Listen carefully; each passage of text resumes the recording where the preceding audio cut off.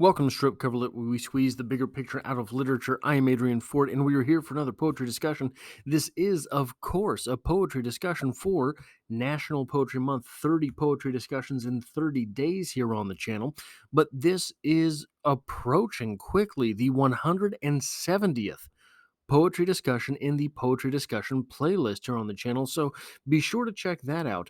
And hey, if you appreciate what I do here, if you hit that like button, it tells YouTube to share this video with other literature lovers and literature.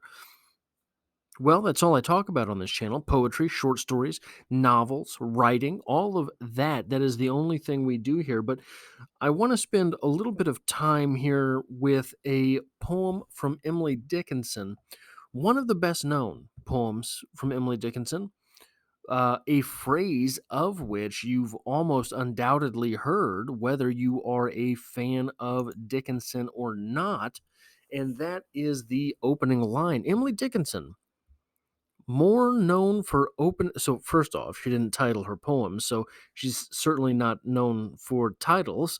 But the first lines of her poems, Emily Dickinson, one thing that I will say, one stark criticism that I have for Emily Dickinson is that Emily Dickinson's poetry almost always starts really strong, but gets super esoteric super quick.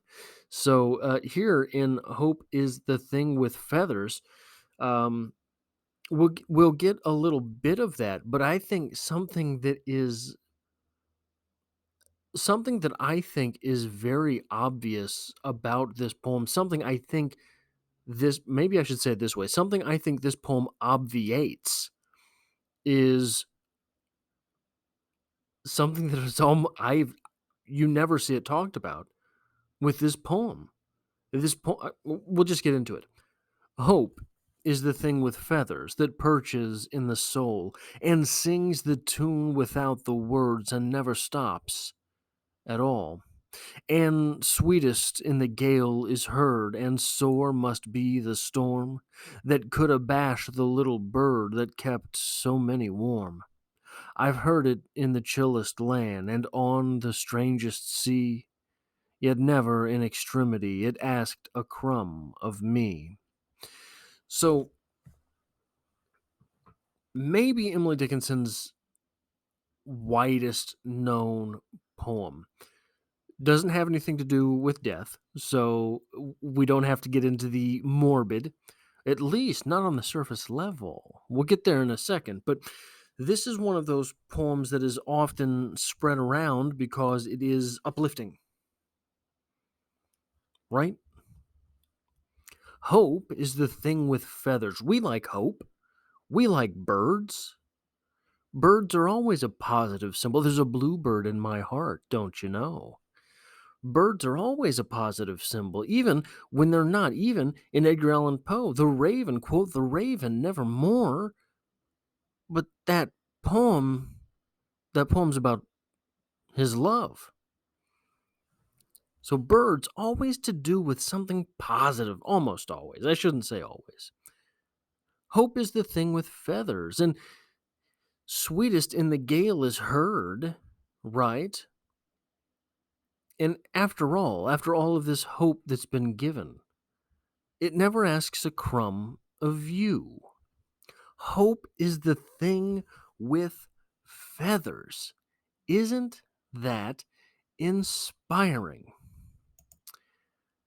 I'm not so sure. And here's why. So we have this poem, and we have this idea of hope. We have this idea of hope as something which is at least semi inspirational, even in this poem. But it is the thing with feathers. I have to ask you this: when was the last time you put your hands on the thing with feathers? When was the last time you caught a bird with your hands?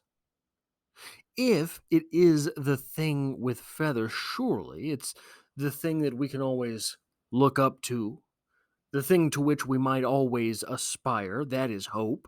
Hope is the thing with feathers that is up in the air and we can look at it, we can observe it, we can be hopeful for it. But if it's the thing with feathers, it's also the thing that's always flying away. Hope is the thing with feathers. Hope is something aspirational, but hope is never here.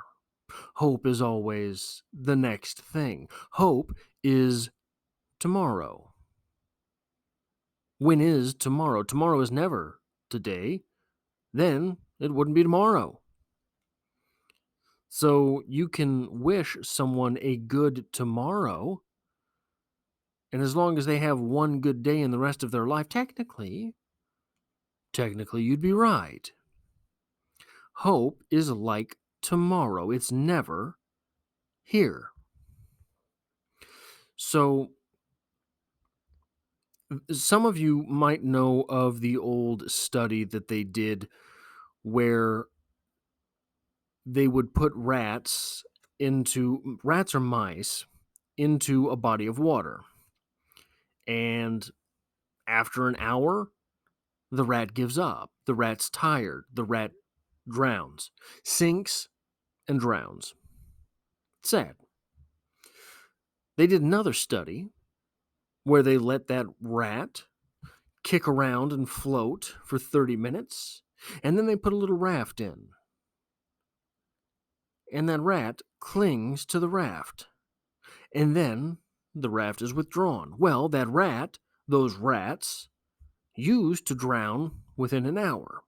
But feeling as if there might at some point be reinserted a raft for them to hang on to, those rats are suddenly able to float around for 3 hours, 4 hours.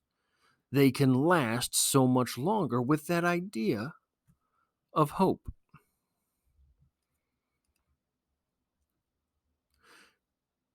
But if that idea of hope is the thing with feathers, if that idea of hope is just the thing onto which we might temporarily hang, but is not safety. Take the first rat. The first rat was out of his misery in an hour. That second rat suffered for 4 hours. If hope is the thing with feathers, it is hope, but it is never present. Being that it is never present, it just prolongs the suffering.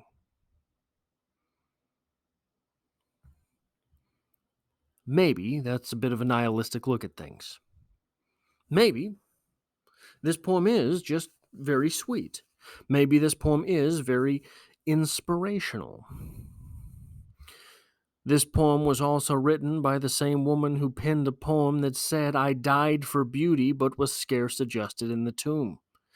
This poem was also written by the same woman who said, "Because I could not stop for death, he kindly stopped for me."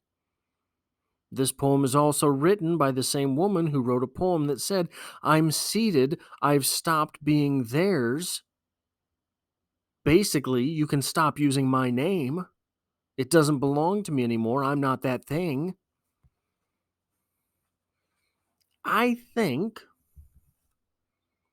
with Emily Dickinson, anytime we have Emily Dickinson, I think there's a little bit more vinegar in it than that. I think that the chutzpah to Emily Dickinson is a bit more robust, a bit more three-dimensional than simply to have the sweetest gale that is heard, something so purely nice. Do you know the difference between nice and kind, by the way? I think this fits in. Say I have some piece of broccoli in my teeth. A nice person cares about your feelings. A nice person sees that broccoli in your teeth and will not tell you that it is there. It's a very nice thing to do, not to let you feel so bad, not to point it out and make you feel self conscious. A kind person says, "Hey, buddy, you got some crap in your teeth. Get it out." Why? The kind person does not want you to actually go through the thing. The kind person is willing to shake you and point something out that is uncomfortable. The nice person, oh, golly me, I can't say something like that. It just wouldn't be nice. Emily Dickinson's poetry is not nice. But Emily Dickinson's poetry might be kind. Emily Dickinson's poetry does deal with harsh truths. Emily Dickinson's poetry does deal with nasty things that are reality. But Emily Dickinson's poetry wants you to come out on the other side better than you went into the poem. That, I think, is part of what makes Hope is the Thing with Feathers an enduring poem, not the niceties of it, not how purely inspirational that it is. That is all I have for this poetry discussion. Hope is the Thing with Feathers by Emily Dickinson. There will be poems on this channel all month long. Sylvia Plath on Sundays, William Blake on Mondays, Edgar Allan Poe on Tuesdays, William Shakespeare on Wednesdays, Emily Dickinson here on Thursdays, Fridays with Robert Frost, and Saturdays with Charles Bukowski. If you enjoy what I do here, hitting the like button tells YouTube to share this video with other poetry lovers, other literature lovers, and as there are going to be a myriad of other poetry discussions here on the channel, I hope to have you back for all of them.